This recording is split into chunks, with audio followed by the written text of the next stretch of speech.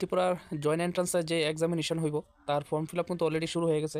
10 ফেব্রুয়ারি থেকে তোমাদের form fill up শুরু হয়েছে। তো সেটা তোমাদের 18 তারিখ পর্যন্ত চলবো, ঠিক ফেব্রুয়ারি মাসে 18 তারিখ পর্যন্ত চলবো।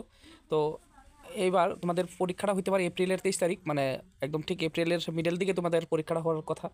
তো সেইভাবে তোমাদের প্রিপারেশনটা তোমরা করো। তো যারা এবার 12-এর ফাইনালে দিবা, মানে ফাইনাল এক্সাম দিবা বা তোমাদের 12 কমপ্লিট, তারা কিন্তু এখানে অ্যাপ্লাই করতে পারবা। তো কী কী কোর্সে লেগে ইঞ্জিনিয়ারিং টেকনোলজি বা আদার যে প্রফেশনাল ডিগ্রি কোর্সে লেগে এডমিশন নিতে গেলে তোমাদের কিন্তু ত্রিপুরার যে জয়েন্ট এন্ট্রান্স যে এক্সামটা হয়, তো অবশ্যই সেটা কিন্তু তোমাদের এখানে ক্লিয়ার করতে হইব। দেখো যেন তোমাদের এন্ট্রান্সে যে কোন কোন সাবজেক্টগুলো থাকে, একটা হচ্ছে ফিজিক্স, কেমিস্ট্রি, বায়োলজি এবং ম্যাথস। তো এইভাবে 4টা সাবজেক্ট থাকে। তো অবশ্যই তোমরা সেভাবে তোমাদের প্রিপারেশনটা করো। এবং আমি দেখাইতেছি যে সিলেবাসগুলো কী থাকবো। ফিজিক্সের মধ্যে এরকম মডিউল থাকবো, 10টা মডিউল থাকে একটা সাবজেক্টের মধ্যে।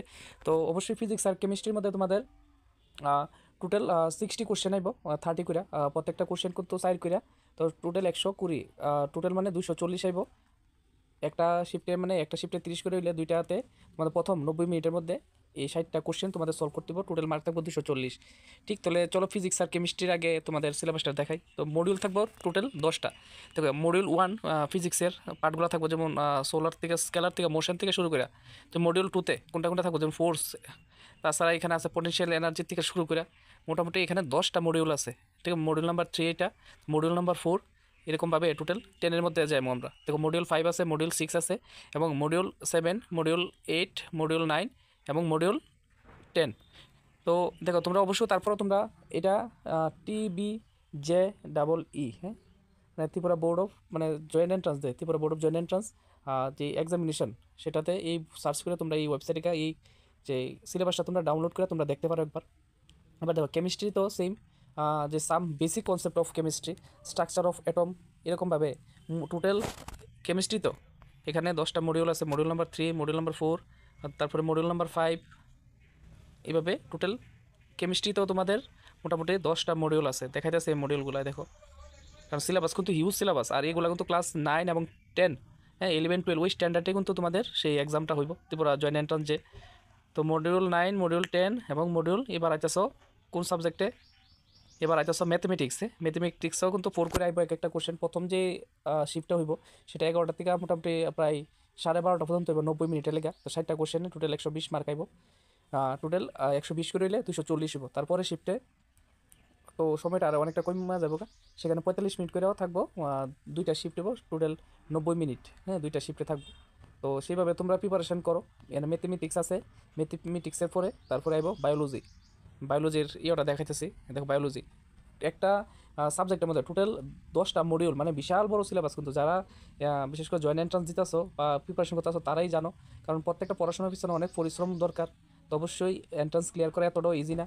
তো ভালো স্বপ্ন দেখতে গেলে তো অবশ্যই পরিশ্রম তোমাদের দিতে হইব। মেকানিক্যাল থেকে শুরু করে তোমার টেকনোলজিতে করতে পারো, বা যে যে কোর্সগুলো আছে তোমাদের জয়েন্ট এন্ট্রান্স ক্লিয়ার করলে, বা ত্রিপুরার স্টেটের লেগে যে পোস্টগুলো রিজার্ভ থাকে, হ্যাঁ, যে সিটগুলো রিজার্ভ থাকে, সেখানে কিন্তু তোমরা জয়েন্ট এন্ট্রান্স ক্লিয়ার করে সেখানে তোমরা বইতে পারবা, ঠিক না? এখানে কিছু ইনফরমেশন দিয়ে দিচ্ছে রিগার্ডিং কোশ্চেন প্যাটার্নের উপরে, ঠিক না? সবগুলো কিন্তু MCQ টাইপ হইব। একটা প্রশ্ন 4 করে আইব, না পারলে ভুল হইলে 1 নাম্বার কাটা দিব, ঠিক না? 4-এর মধ্যে 1 কাটা দেব।